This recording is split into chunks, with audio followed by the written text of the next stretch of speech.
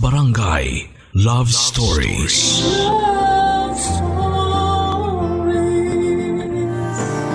Para sa atin, ang utak ang pumipili ng taong dapat nating mahalin. Pero ang puso ang nagdidesisyon kung karapat-dapat ba natin itong gawin. Ganito karaniwan tumatakbo ang pag-ibig, mga kapuso. At kapag puso na ang nagdikta ay wala na tayong pagpipilian kundi ang sundin ang tinitibok niya. Ikaw, kabarangay, naranasan mo na bang magmahal ng taong hindi naman pala para sa'yo?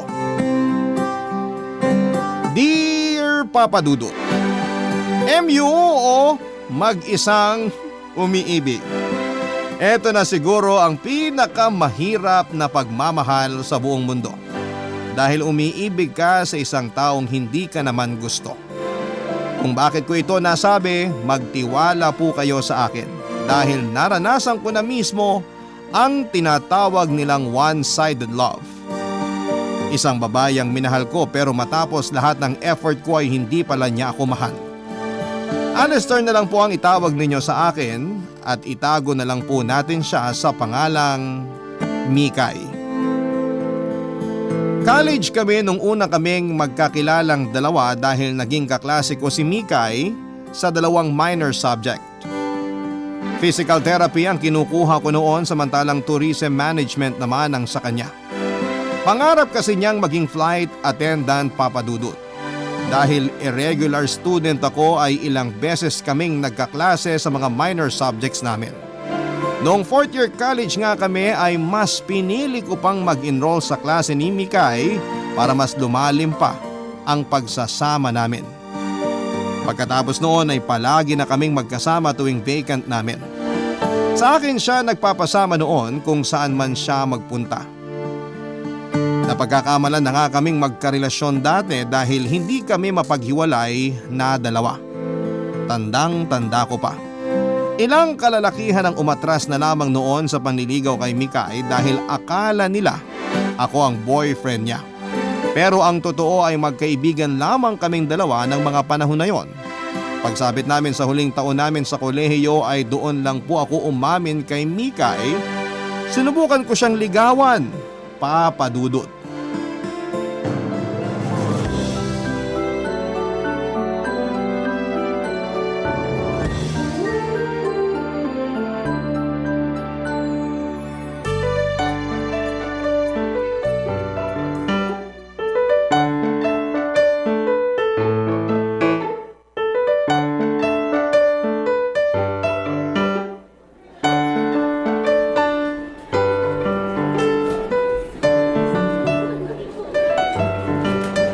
Mikay, pauwi ka na? Oo, ikaw. Pauwi na rin ako. Hatid na kita sa sakayan nyo. Sige. Kumusta pala midterms mo? Pasado naman ba lahat? Awa ng Diyos, pasado naman. Muntik na nga ako madali sa isang subject ko eh. Mabuti na lang naipasa ko pa rin. Ano bang nangyari? Naalala mo nung nagkasakit ako? Oo, nung nagkatarangkaso ka? 3 araw akong absent noon. Di ako binigyan ng chance ng prof ko na bumawi. Mabuti na ipasa mo. Nakabawi naman ako sa exam tsaka ibang activities. Milagro nga eh. Akala ko babagsak na ako. Mabuti na lang. Sa wakas, makakahinga na tayo pareho. Oo nga eh. Mikay, may ibibigay pala ako sa'yo. Ano yun? Pikit ka muna. Ano ba yan? May pa-surprise ka pang nalalaman? Sige na, pikit ka na. O eto na, nakapikit na po. Ano ba yung ibibigay mo? Amin na yung kamay mo. Ayan, pwede ka nang dumilat. Oh my gosh, ang cute! Saan mo nakuha tong singsing? Nadaanan ko lang sa mall. Bigla kitang naalala kaya binili ko na. Thank you! Pero bakit may pasingsing? Anong meron? Di ko naman birthday ah. May meaning kasi yan. Alam mo namang marami na tayong pinagsamahan, di ba? Oo. Tapos? Paano ko ba sasabihin to? Nahihiya ako eh. Ano ba yun? Sabihin mo na. Gusto sana kitang ligawan. Matagal na kitang gusto, Mikay. Gusto ko sana na hindi lang pagkakaibigan ang meron tayo. Sorry, Alistair, pero hindi pa ako ready eh. Alam mo naman 'di ba na pinagbabawalan pa akong magkaroon ng boyfriend ngayon? Oo, alam ko. Alam kong priority mo munang makapagtapos. Handa naman akong maghintay eh. Hindi ako nagmamadali. Gusto ko lang ipaalam sa'yo kung ano yung nararamdaman ko. Sorry talaga. Kaibigan kita at ayaw kitang paasahin kaya hanggat maaga pa, sasabihin ko na sa'yo yung totoo. Alistair, hindi kasi kita nakikita bilang partner eh. Kaibigan lang talaga ang turing ko sa'yo. Sorry. Ganun ba?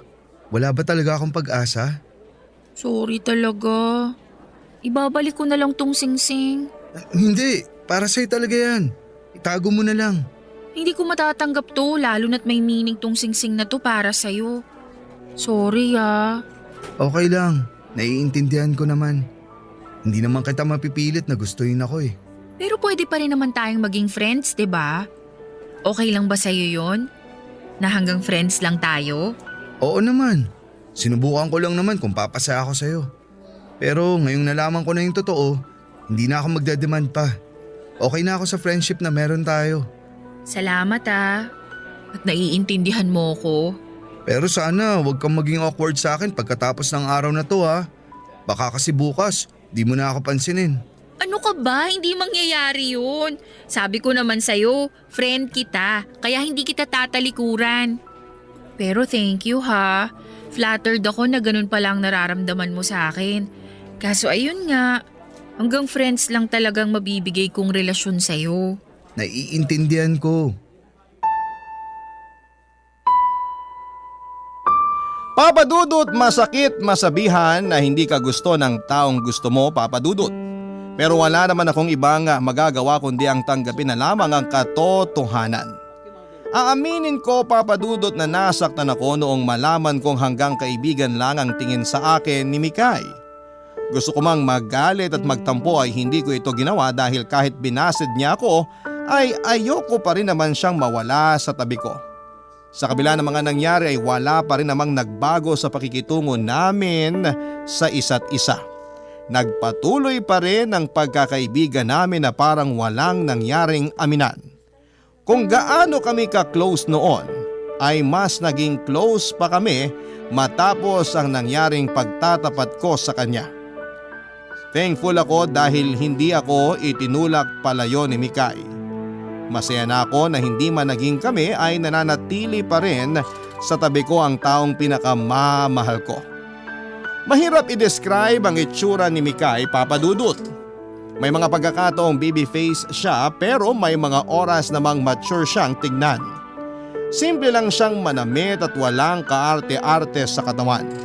Hindi na siya nag-aaksaya ng oras para pagandahin ang sarili niya dahil may taglay talaga siyang sariling ganda. Mahilig po siya sa mga oversized na damit na mas lalong nagbigay ng malakas na appeal sa kanya. Maliban sa magandang itsura, mabait na tao si Mikay. Minsan nga lang, sala sa init, sala sa lamig ang ugali niya. May oras na madaldal siya at may oras ding hindi mo siya makausap dahil tahimik lamang siya sa tabi. Kahit ganoon ay mabilis akong nasanay sa ugali niyang yon. Kaya nga kahit na hindi ko natupad ang pangarap kong maging girlfriend siya, ay nagpatuloy pa rin ang puso kong ibigin siya, Papa Dudut. Pagkatapos ng graduation ay nagkanya-kanya na kami ng landas ni Mikay. Nakapagtrabaho ko sa isang nursing home samantalang pinagpatuloy naman ni Mikay ang pangarap niyang maging flight attendant. Kahit na nasa magkaiba kaming industriya, ay hindi namin binitawan ang friendship naming dalawa. Sa katunayan, ako na nga noon ang naging human diary ni Mikay pagdating sa mga nangyayari sa buhay niya. Problema man yan sa trabaho, pamilya o maging sa pag-ibig ay ako na ang sumasalo ng lahat ng yon. Bilang isang kaibigan, Papa Dudut.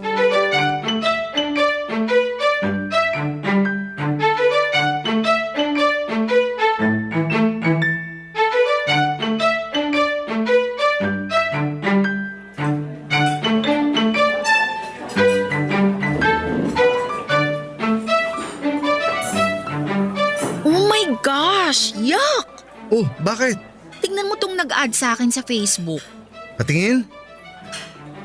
Sino ba yan? Matanda na. Ito yung manyakis na passenger ko kagabi. Ba't mo naman nasabing manyakis? Hinipuan kaya ako sa legs niyan. Pasalamat siya hindi ako gumawa ng eksena sa loob ng eroplano. Pero pinandilatan ko siya. Munti ko na nga siya masampal eh. Grabe naman yun. Tanda-tandang manyakis naman yan. Sinabi mo pa. Boarding pa lang kinikindatan niya na ako kaya iniiwasan ko talaga siya. Paano naman niya nalaman Facebook mo? Tinanong niya yung pangalan ko sa kasamahan kong flight attendant. Ito namang kasama ko, binigay naman. Siraulong yun. Delete mo na lang friend request niya tapos i-block mo siya. Ibablock ko talaga siya. Di ako pumapatol sa matanda no, literally and figuratively. Maghanap ka na kasi ng boyfriend mo para may tagapagligtas ka. Nandito lang naman ako eh. Naku, isa ka pa. Tigilan mo ako dyan ha. Biro lang.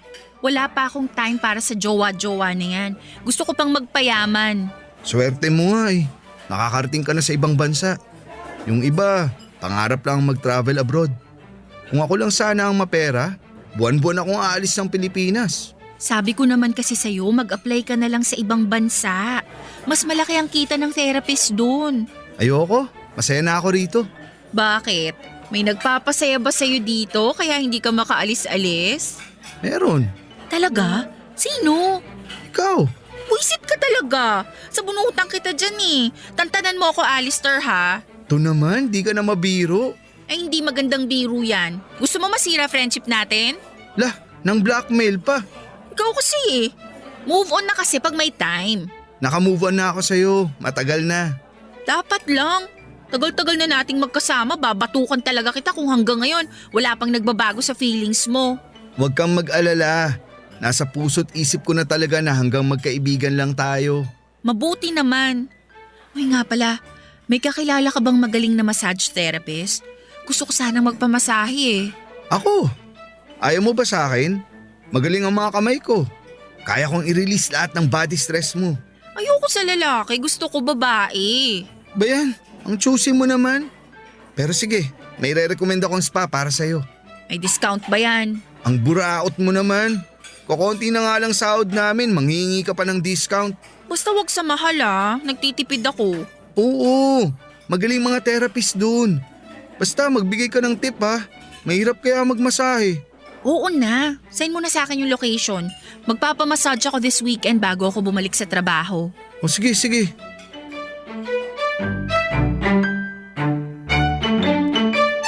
Papadudot na sanay na ako sa ganong pagsasama namin ni Mikay. Ako na ang nagsilbi niyang kanlungan, ang kanyang safe space pagdating sa lahat ng problema niya sa buhay. Ako naman ay laging handang makinig sa mga kwento niya.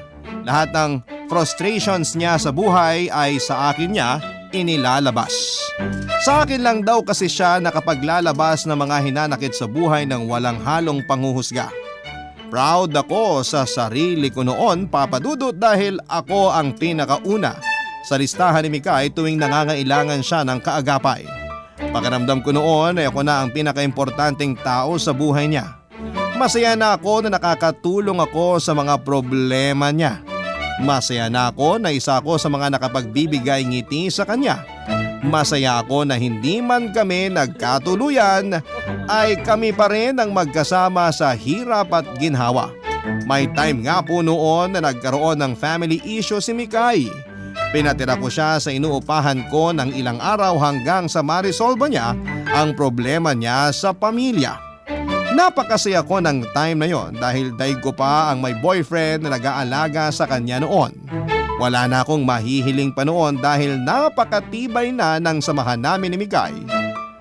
Hanggang sa isang araw, Papadudot, ay dumating ang oras na pinakakinakatakutan ko. Ito ay noong nagsimula na siyang ligawan. Ligawan ng ibang tao. Yan ang isa sa mga pinakakinakatakutan kong mangyari noon, Papadudot. Barangay Love Stories. Barangay Love Stories. Juancho ang pangalan ng lalaking nagkaroon ng interes kay Mikay, Papadudot. Nalaman ko lamang ito noong nakita ko ang picture nila sa Facebook na magkasama sa airport matapos ang flight ni Mikay. Nasaktan ako noong nakita ko ang picture nilang dalawa. Mas lalo akong nasakta noong hindi man lang sinabi sa akin na si Mikay na may lalaki na palang pumoporma sa kanya.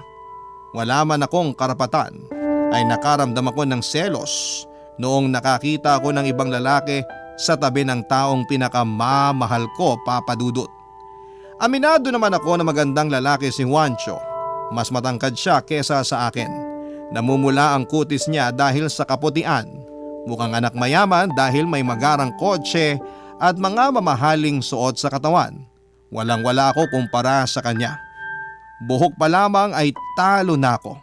Mas lalo na pagdating sa credentials. Negosyante raw si Juancho, may sarili siyang coffee shop na may 2 branch. Meron din siyang minanang Japanese restaurant mula sa mga magulang niya. Hindi pa kasama sa listahan ang sikat na gym kung saan ay siya ang co-owner. Alam ko naman na darating din yung time na may manliligaw kay Mikay, Papa Dudut. Sa mga nagdaang taon ay inihanda ko na ang sarili ko para doon. Pero noong nangyari na nga ang kinakatakot ko ay saka ko lang na-realize na hindi ko pala kaya. Masakit pa rin palang makita na nasa ibang tao na ang atensyon ng babaeng itinitibok ng puso ko. Wala din naman akong magagawa, Papa Dudut, dahil isa lang naman akong hamak na kaibigan. Kung papairaling ko ang nararamdaman ko ay baka mawala pa sa piling ko si Mikay. Mas gugustuhin ko na lamang ang masaktan kesa mawala siya sa buhay ko, Papa Dudut.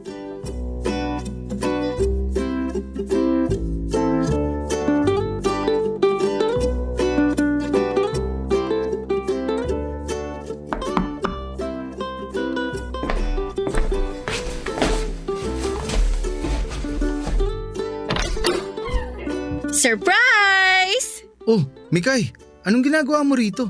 Wala akong pasok bukas kaya free akong gumala ngayon. So galaan na pala tong apartment ko. Pumasok ka. Salamat! Nagdala ako ng Chinese takeout. Naks, sakto, di pa ako kumakain. Syempre, alam na alam ko yung schedule mo kaya nag-takeout na ako ng pagkain sa daan. Anong binili mo? May fried rice ba? Oo naman, tapos mapo tofu tsaka kung pao chicken. Sarap! Lantakan na natin yan! O ayan, ihanda mo na. Doon tayo sa kusina. Ililipat ko lang to sa plato. So, kumusta ka naman? Anong balita? Nakita ko yung post mo ah. Anong post? Yung picture mo sa Facebook. May kasama ka sa airport. Ah, yun ba? Si Juancho yun? Sinong Juancho? Manliligaw mo? Di pa naman. Hindi pa siya nanliligaw pero nagpaparamdam na. Type mo? Cute naman. Tsaka maganda yung background niya. Businessman. Mukhang type mo nga ah. Pasok naman siya sa standards ko eh. Paano naman kayo nagkakilala? Common friend. Pinakilala siya sa akin ng katrabaho kong flight attendant din. Yung post kong yun, sinundo niya ako sa airport that time. Kumain kami sa labas. Nanliligaw na yon, hindi lang umaamin. Tingin mo? Ayaw ko rin naman mag-assume agad.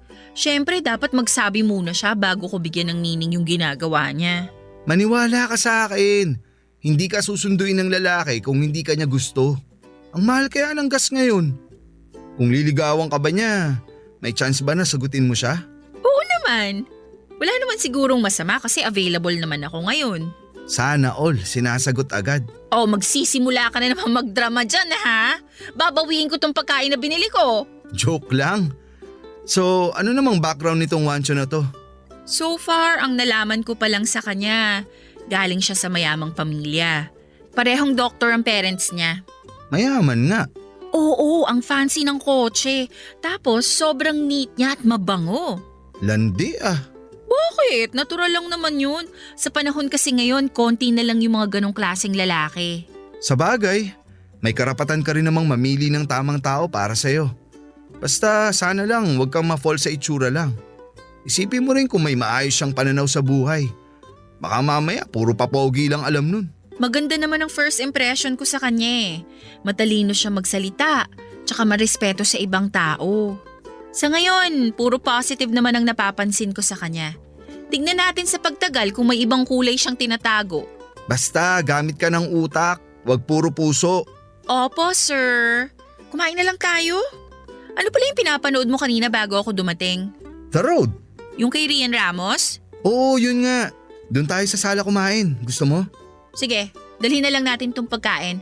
Mag-movie marathon tayo. Pero gusto ko romance ha. Ayoko manood ng horror habang kumakain. Ang arte mo talaga. Saksi ako kung papaano nagsimulang umusbong ang pag-iibigan nila Mikay at Juancho. Para akong nanonood ng isang romantic movie kung saan ay ako lang ang audience. Para akong third wheel sa kanilang love story. Ako yung second lead na kahit na anong gawin ko, magkaroon man ako ng character development ay hindi pa rin mapapasa akin ang bida. Dahil hindi ako nakatakda para sa kanya. Ang naging role ko lang sa buhay nilang dalawa ay ang tagapalakpak sa bawat achievement ng kanilang relasyon. Tumagal ang pagsasama nila Juancho at Mikay ng mahigit 1 taon, Papa Dudut. Matapos ang kanilang honeymoon phase ay nagsimula ng magkaroon ng problema sa relasyon nila. Sa stage na yon ang kanilang pagsasama na kasi malalaman na kahit gaano pa sila ka-in love sa isa't isa, ay marami pa rin silang pagkakaibang dalawa. Kalimitan ay doon nagsisimula ang misunderstanding, Papa Dudut. May mga panahong nagkakaselosan silang dalawa. May mga araw na hindi sila nagkakaintindihan. May mga oras din na hindi nila nabibigyan ng atensyon ng isa't isa dahil sa trabaho. Maraming pagsubok ang dumating kina Mikay at Juancho. At tuwing nangyayari ito, sa akin tumatakbo si Mikay para humingi ng tulong at maghanap ng comfort. Siyempre bilang kaibigan ay to the rescue naman ako, Papa Dudut.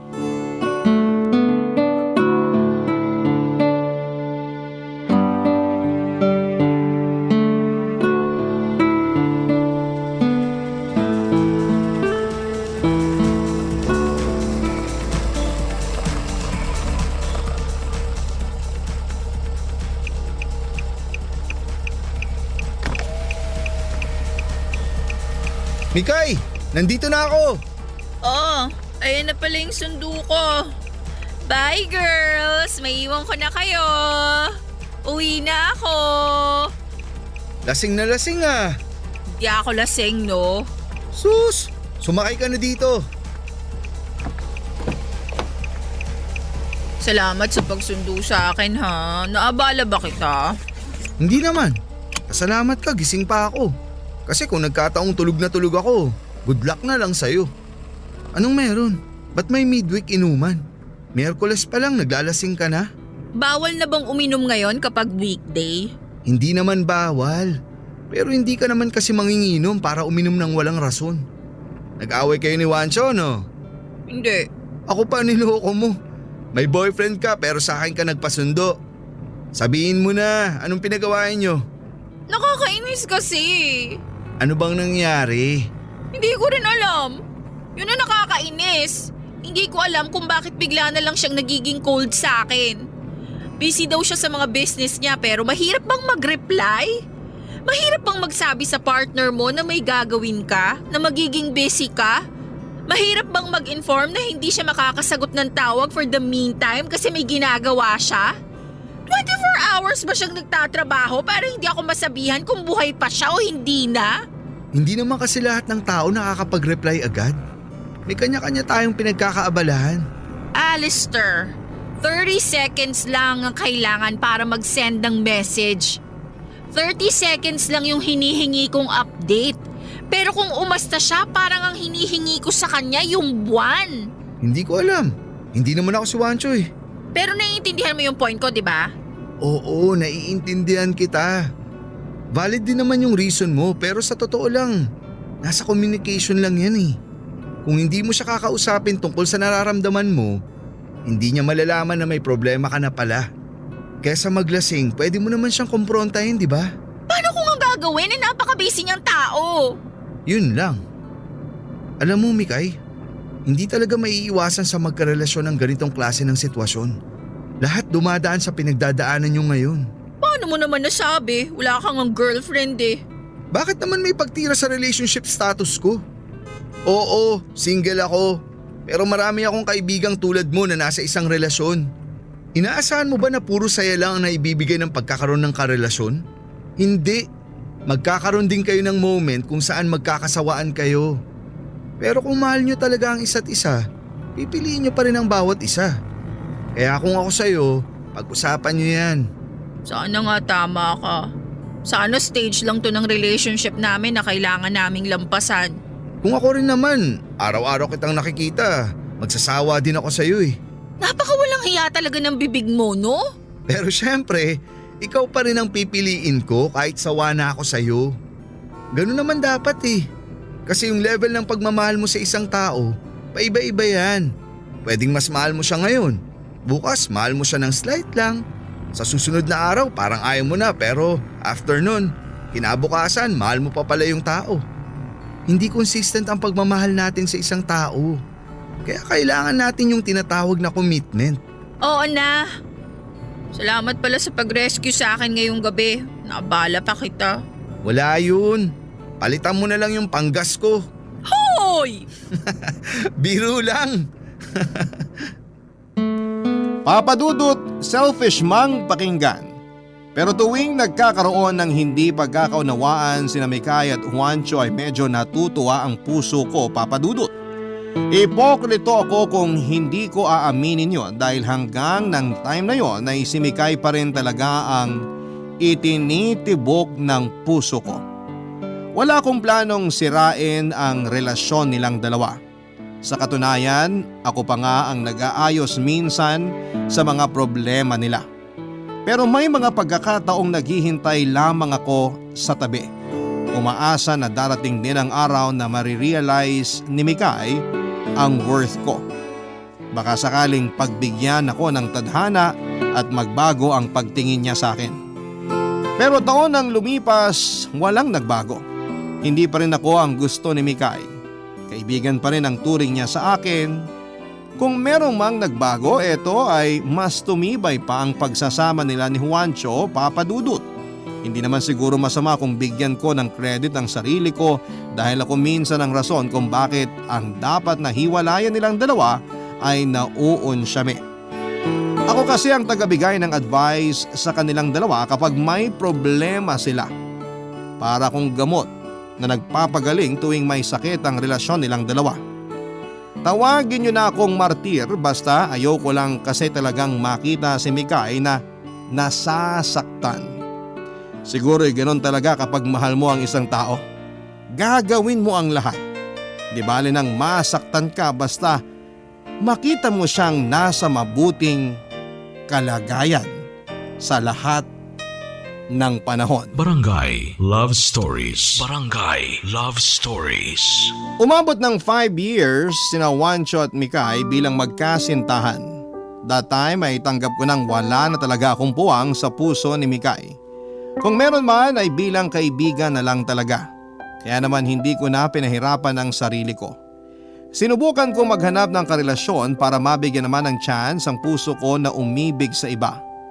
Nagkaroon naman ako ng 2 girlfriend, Papa Dudut. Pero panandalian lang. Mahirap kasing lokohin ang puso lalo na kung may napili na itong ibang tao. Kaya walang nagtagal sa mga karelasyon ko. Ang first girlfriend ko ay nakilala ko online. Mas mabilis pa sa balita noong naging kami pero kung gaano ito kabilis nangyari ay ganon din ito kabilis natapos.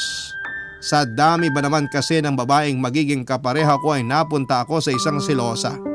Pinagsilosan niya ang pagkakaibigan namin ni Mikay dahil mas close daw ako sa kanya kesa sa sarili kong girlfriend. Naintindihan ko naman siya. Kasalanan ko rin naman dahil ng mga oras na yon ay mas may oras talaga ako kay Mikay kesa sa nobya ko. Ilang buwan lang ang tinagal namin, Papa Dudut. 3 buwan naman ang tinagal namin ng second girlfriend ko. Broken hearted siya noon kaya mabilis siyang nahulog sa akin. Yun nga lang noong gumaling na ang puso niyang sugatan ay naghanap na siya ng iba. Nang ginamit lang niya akong band-aid na itinapon na lamang basta noong naghilom na ang sugat niya. Sa huli ay bumalik pa rin ang puso ko kay Mikay, Papa Dudut. Dahil kahit na anong gawin ko, siya pa rin talaga ang laman ng puso ko.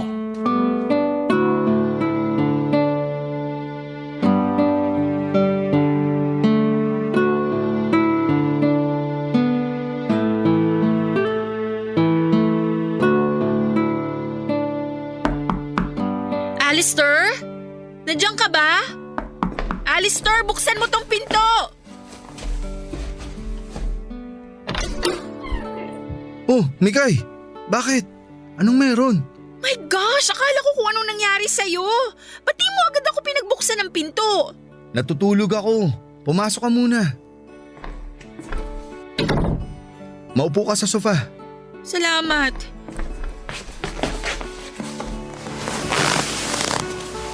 Ba't ka pala na parito? Hindi ka nagre-reply sa text ko. Hindi ka rin sumasagot sa tawag. Kasi nga, tulog ako. Wala akong maayos na tulog kagabi. Pagkatapos mo akong sabihan na hindi ka natutuloy sa double date natin kasi hiwalay na kayo ng girlfriend mo, tutulugan mo lang ako? Hindi mo ba alam kung gaano ako nag-alala sa'yo? Lah, bakit ka naman mag-aalala? Siyempre, naghiwalay kayo ng girlfriend mo. Broken ka. Malay ko ba kung anong gawin mong masama sa sarili mo? Para dun lang? Di ko naman sasaktan sarili ko para lang sa babae. Di ko nga sinaktan sarili ko nung binasted mo ako eh. Ay, ano ka ba? Hindi ako nagbibiro ha. Legit, kinabahan talaga ako nung hindi ka nag-reply. Kaya nagpunta ako agad rito para i-check ka. Sorry, pagod lang talaga katawan ko kaya nakatulog ako agad. Pero okay ka lang naman ba? Oo naman, okay na okay. Sure ka? Kasi okay lang naman umiyak. Nandito lang ako para damayan ka if ever. Mikay, 3 months lang kami nung ex ko. Mas masakit pa kagat ng langgam kaysa sa hiwalayan namin. Nakakalungkot naman yun. Para mo na ring sinabi na hindi mo siya minahal. Sinubukan ko siyang mahalin pero hindi sapat yung 3 buwan na yun. Mabuti na lang umalis siya agad bago pa ako tuluyang nahulog sa kanya. I'm so sorry. Marami pa namang babae dyan. Huwag kang mag-alala. Huwag mo nang problemahin love life ko. Okay lang talaga ako. Alam mo, Alistair, sa dami ng mga advice na binigay mo sa akin, hayaan mo na akong ibalik sa'yo yung pabor. Ako naman na mag-a-advise sa'yo ngayon. Ano namang i-advise mo sa akin? Pakawalan mo na ako. Hanggat hindi tinatanggap ng puso mong totoo, hindi ka makakahanap ng babaeng para sa'yo. Paano ka magmamahal ng iba kung may ibang laman yung puso mo? Ano ka ba, Mikay? Matagal na ako naka-move on sa'yo. Move on ba talaga na matatawag yon? O in denial ka lang? Kasi kung nakapag-move on ka na talaga, hindi mo na dapat binabanggit pa yung past.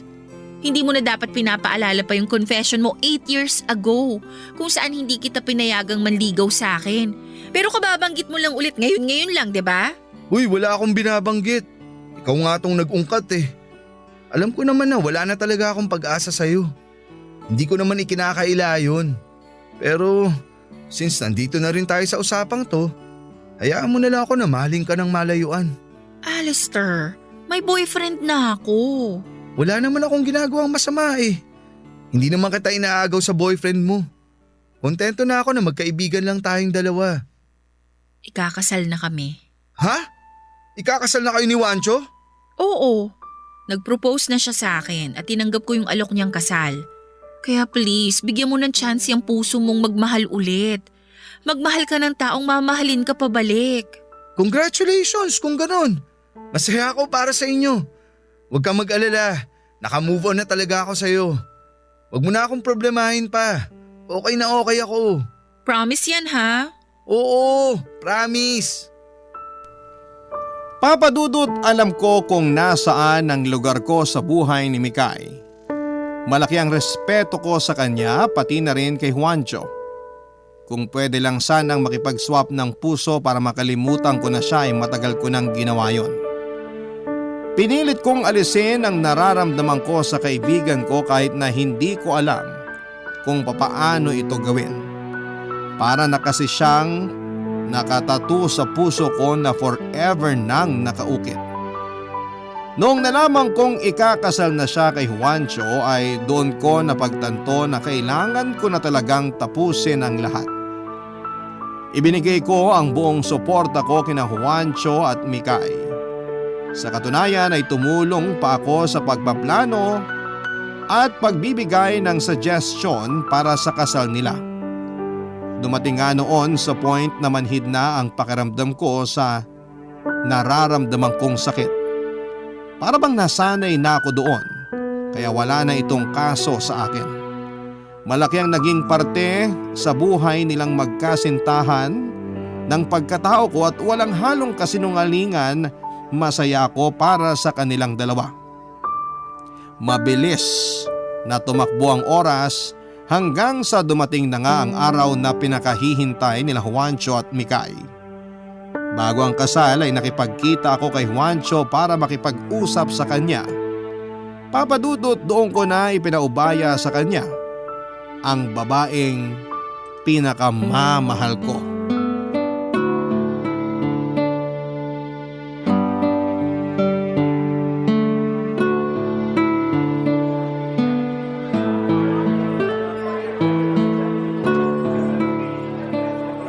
Alister, Juancho, akala ko di mo na ako sisiputin. Upo ka. salamat. Mabuti naman dumating ka. Papunta na dapat ako sa hotel. Doon na kasi kami magre-ready para sa kasal bukas. Pero since madadaanan naman kita, pinuntahan na rin kita. Salamat. Sorry kung biglaan tong pagtawag ko sa'yo. Okay lang. Ba't mo nga pala ako gusto makausap? Alam kong wala ako sa lugar para magsabi sa'yo nito pero gusto ko lang ipaalam sa'yo na isa si Mikay sa mga pinaka-importanting tao sa buhay ko. Oo, alam ko naman yon. Matagal na kayong magkaibigan. Marami na kayong pinagsamahan. Di ko naman may kakaila na importante kayo sa isa't isa.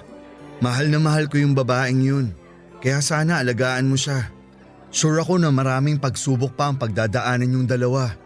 Kung dumating man yun, yung puntong hindi nyo na kaya yung problemang kinakaharap nyo, pakiusap, huwag yung sukuan ng isa't isa. Mahal na mahal ka ni Mikay. Alam mo yan. Hindi naman sa wala akong tiwala sa'yo pero kapag pumasok man sa isip mo na magloko o gumawa ng anumang bagay na maaaring ikasira ng puso niya, sana isipin mo na may taong handang ipaglaban at alagaan siya. Naiintindihan kita. Naiintindihan ko yung gusto mong ipunto. Magtiwala ka sa akin pare. Hindi ko gagawin yon kay Mikay. Itaga mo sa bato, hindi ko siya lolokohin. Kung ano man yung ipapangako ko sa kanya bukas sa harap ng altar, paninindigan ko yon hanggang sa huling araw ng buhay ko. Alam ko namang hindi mo magagawang lokohin si Mikay eh. Pero alam ko rin hindi natin hawak ang bukas. Hindi natin alam kung anong pwedeng mangyari sa inaharap. Gusto ko lang isaisip mo yung mga sinabi ko bago ka manumpa sa harap ng mga tao at sa harap ng Diyos. Huwag ka mag-alala. Alam ko ang nakaraan yun ni Mikay. Alam ko na ginagawa mo to dahil mahal mo siya. Actually, karibal nga ang turing ko sa'yo noon eh. Nagseselosan pa nga kita kahit paulit-ulit akong ina-assure ni Mikay na magkaibigan lang kayong dalawa. Mahalaga siya sa'yo, pero mas mahalaga siya sa akin. Mahal mo siya, pero mas mahal ko siya. Kung ano man yung mga iniisip mong kaya mong gawin, kaya ko rin gawin yun sa kanya, nang higit pa. Sabihan mo man ako o hindi, gagawin ko talaga kung ano ang tama sa relasyon namin. Bibigyan ko siya ng magandang buhay, ng masayang pamilya, ng maayos na katuwang hanggang sa pagtanda niya. Pangako ko yan sa'yo. Maraming salamat. Huwag mo sanang masamain tong ginagawa ko. Pareho lang naman ang gusto natin. Yun eh, ang mapasaya si Mikay. Makakaasa kang nasa mabuting kamay siya. Yun lang naman ang gusto kong sabihin. Sige na, alam kong busy kayo ngayon. Baka nakakaabala na ako sa oras nyo. Di ka naman nakakaabala pare. Pero bago tayo maghiwalay, gusto ko lang din magpasalamat sa'yo. Para saan? Sa pag-aalaga mo kay Mikay, sa pagiging supportive mo na kaibigan sa kanya. Maraming salamat na mas pinili mong irespeto kung ano ang meron kami sa kabila ng nararamdaman mo para sa kanya. Kumbaga, hindi mo siya inagaw sa akin. Kung tutuusin nga, mas lamang ka pa kumpara sa akin eh. Kaya nga threatened ako sa'yo noon kasi ang tagal nyo nang magkakilala. Pero narealize ko na hindi ka ganong klase ng tao. Kaya di naglaon, natuto rin akong pagkatiwalaan ng pagkakaibigan nyo. Salamat kasi hindi mo sinira yung tiwalang yon. Dahil yun kay Mikay. Gusto ko siyang maging masaya at alam ko na kapag sinira ko yung pagsasama nyo, masisira rin ang pagkakaibigan namin. Pero binabalaan kita. Once na inalisan mo ng saya si Mikay, ako ang sasalo sa kanya. Huwag ka na mag-abala. Wala ka nang sasaluhin kasi hindi ko siya bibitawan. Ikaw na ang bahala sa tupaking babae na yun. Ipinapaubaya ko na siya sa'yo. Oo, ako nang bahala sa kanya. So paano? Mauna na ako. Sige, salamat sa oras. Ingat ka. Saka congrats sa inyong dalawa. Salamat. Ingat ka rin. Pagkatapos ng pagkikita namin ni Juancho ng gabing yon, ay napakagaan sa pakiramdam, Papa Dudut, na sa wakas ay natanggap ko na talaga ang katotohanan. Para bang lahat ng nakatago sa puso ko ay pinakawalan ko na ng gabing yon. Siguro yun na yung closure na kinakailangan ng puso ko. Kinaumagahan ay nag-decide ako na huwag nang pumunta sa kasal nila Juancho at Mikay. Oras na rin siguro para tulungan ko rin ang sarili ko para makapag-move on. Nakakatawa nga kasi kinailangan ko mag-move on sa isang taong hindi naman ako minahal. Pagkatapos ng kasal ay nagpadala ako ng message kay Mikay at nag-explain kung bakit ako hindi nakapunta. Naintindihan naman yun ni Mikay, Papa Dudut, at sa tingin ko'y gets niya kung bakit mas pinili kong huwag magpakita sa kanya. Nagpasalamat siya sa akin sa lahat ng naitulong ko sa buhay niya. Forever daw siyang grateful na naging kaibigan niya ako. Pagkatapos noon ay naisip kong magpakalayo-layo. Binigyan ko sina Mikay at Juancho ng pagkakataon para pagsaluhan ang bagong chapter ng kanilang buhay. Inilayo ko ang sarili ko at hinayaan ang panahon na mismo ang tumulong sa akin para makalimutan ang lahat. Naging busy na noon si Mikay sa pamilya niya, kaya naman unti-unti na ring nagkalayo ang landas namin. Habang buhay kong tatanawin ang magandang alaala naming dalawa, pero sa pagkakataong ito, ang kapakanan naman ng puso ko ang pipiliin ko. Sa ngayon, Papa Dudut, ay nananatili pa ring single ang status ko. Kung sakali mang nakikinig ngayon ang babaeng nakatakda para sa akin, ay nandito lamang ako at naghihintay sa pagdating niya. Maraming salamat po, Papa Dudut, sa inyong time. God bless at sana'y magtagal pa ang inyong programa. Ang inyong forever kapuso at kabarangay, Alistair. Nagustuhan ng iyong napakinggan? Ituloy yan via live stream sa www.gmanetwork.com/radio. Barangay LS 97.1